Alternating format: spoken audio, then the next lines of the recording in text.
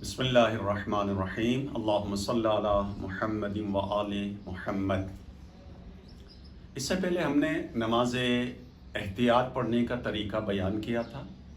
آج میں سجدہ سہو کا طریقہ بیان کروں گا، لیکن سجدہ سہو کا طریقہ بیان کرنے سے پہلے وہ موارد کہ جن کے لیے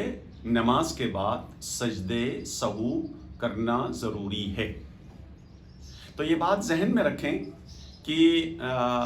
5 مورد ایسے ہیں، یعنی 5 حالتیں ایسی ہیں کہ جو انسان کے لیے نماز میں پیش آ جائے تو نماز ختم کرنے کے بعد ان حالات کے لیے سجدہ سہو کرنا پڑتا ہے۔ سب سے پہلے یہ ہے کہ انسان تشہد بھول جائے۔ مثال کے طور پر 4 رکعتی نماز پڑھ رہا، دوسرے رکعت میں اس کو تشہد پڑھنا تھا، وہ بھول گیا، سیدھا کھڑا ہو گیا، تیسری رکعت پڑھ لیا، چوتھی رکعت پڑھ لیا، اسے یاد آیا تشہد میں بھول گیا، تو نماز کے بعد تشہد کی قضا بھی ہے اور 2 سجدے سہو ہیں۔ اسی طریقے سے کوئی انسان 4 رکعتی نماز پڑھ رہا تھا، سجدے کے دوران اسے شک ہو گیا کہ یہ میری چوتھی رکعت ہے یا 5ویں رکعت ہے، تو وہ 4 رکعت نماز سمجھ کے نماز مکمل کرے گا اور نماز کے بعد 2 سجدے سہو کرے گا۔ اسی طریقے سے نماز کے دوران کوئی انسان غلطی سے یا بھول کر کوئی بات کر لے، نماز کے بعد 2 سجدے سہو ہیں۔ اسی طریقے سے سلام نہیں پڑھنا چاہیے تھا، اس نے وہاں سلام پڑھ لیا غلطی سے، بھول کر۔ مثال کے طور پر کوئی آدمی 4 رکعتی نماز پڑھ رہا ہے، دوسرے رکعت میں اس کو سلام نہیں پڑھنا تھا مگر وہ بھول گیا، سلام پڑھنے کے بعد اسے یاد آیا مجھے تو کھڑا ہونا تھا، میری تیسری رکعت کے لیے، چوتھی رکعت کے لیے کھڑا ہونا تھا، تو یہ انسان کھڑا ہو جائے، نماز مکمل کرے اور نماز کے بعد 2 سجدے سہو کریں اس سلام بیجا کے لیے۔ اسی طریقے سے انسان ایک سجدہ بھول جائے، چونکہ ایک سجدہ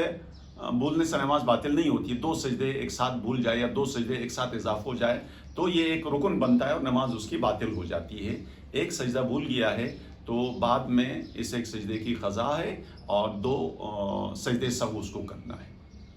اسی طریقے سے نماز کے بعد اس کو اجمالاً یہ پتہ چلے کہ نماز تو میری صحیح ہے مگر کوئی کمی پیشی نماز میں ہو گئی ہے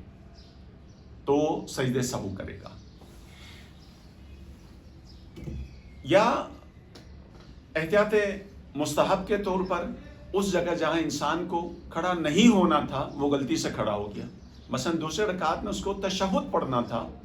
وہ بھول گیا، کھڑا ہو گیا اور کھڑے ہونے کے بعد اس کو یاد آیا کہ میں نے تشہد نہیں پڑھا، تو اس انسان کے لیے حکم یہ ہے کہ وہ بیٹھ جائے، اپنا تشہد پڑھے اور پھر تیسری رکعت کے لیے کھڑا ہو جائے۔ مگر چونکہ یہاں ایک قیام بیجا آیا ہے، اس کے لیے بعد میں وہ 2 سجدے سہو کرے گا۔ اسی طریقے سے مستحب ہے کہ نماز میں کوئی بھی ایسی کمی پیشی جس کی وجہ سے نماز تو صحیح ہے مگر کوئی کمی پیشی ہوئی ہے تو مستحب ہے کہ نماز کے بعد انسان سجدہ کرے۔ ہاں مثلا یہ ضروری ہے کہ ہم نے کہا چونکہ اگر کلام کرنے سے یعنی بات کرنے سے نماز میں سجدہ سہو واجب ہو جاتا ہے تو بعض دفعہ انسان کو کھانسی آتی ہے، کھانستا ہے، وہ ایک آواز پیدا ہوتی ہے، یا بعض دفعہ انسان کوئی ذکر پڑھ رہا تھا، اسے خیال آیا کہ میں نے غلط پڑھا ہے، لہٰذا صحیح پڑھنے کے لیے اس نے اس ذکر کو صحیح کرنے کے لیے اس نے اس ذکر کو دوبارہ پڑھ لیا، تو یہاں سجدہ سہو ہے؟ فرماتے ہیں نہیں، یہاں پر کوئی سجدہ سہو نہیں ہے۔ اب ہم آتے ہیں کہ سجدہ سہو کا طریقہ کیا ہے۔ سجدہ سہو کا طریقہ یہ ہے کہ نماز کے فوراً بعد نیت کریں کہ میں سجدہ سہو کرتا ہوں قربۃ اللہ، جو آپ کے دل میں ارادہ ہے وہیں آپ کی نیت ہے، فوراً سجدے میں چلا جائے اور سجدے میں جا کے وہ یہ ذکر پڑھے، السلام بسم اللہ و باللہ السلام علیکہ ایہا النبی و رحمۃ اللہ وبرکاتہ۔ میں دوبارہ پڑھ رہا ہوں، بسم اللہ و باللہ السلام علیکہ ایہا النبی و رحمۃ اللہ وبرکاتہ۔ ایک دفعہ یہ ذکر پڑھیں، یا اگر یہ ذکر نہیں پڑھا کوئی اور ذکر پڑھ لیں، 3 دفعہ سبحان اللہ کہیں، سبحان ربی الاعلی و بحمدی کہیں، کوئی بھی ذکر پڑھیں، سر اٹھا لیں، دوبارہ سجدے میں جائیں، اس ذکر کو پڑھیں، اور دوسرے سجدے سے سر اٹھانے کے بعد تشہد، اور آخر میں صرف ایک سلام، السلام علیکم ورحمۃ اللہ وبرکاتہ۔ باقی اس سے پہلے جو دو سلام ہیں وہ نہیں پڑھنے ہیں، یہ ایک سلام پڑھے گا، السلام علیکم ورحمۃ اللہ وبرکاتہ، اس کے سجدے سہو مکمل ہو گئے۔ اب ایک مسئلہ رہ جاتا ہے، وہ ہے اگر ایک آدمی تشہد بھول گیا ہے تو اس تشہد کی بعد میں قضا ہے، ایک سجدہ بھول گیا تو اس کی بعد میں قضا ہے۔ یہ انشاءاللہ ہم علیحدہ سے بیان کریں گے اس مسئلے کو کہ تشہد کی قضا کیسے ہوگی اور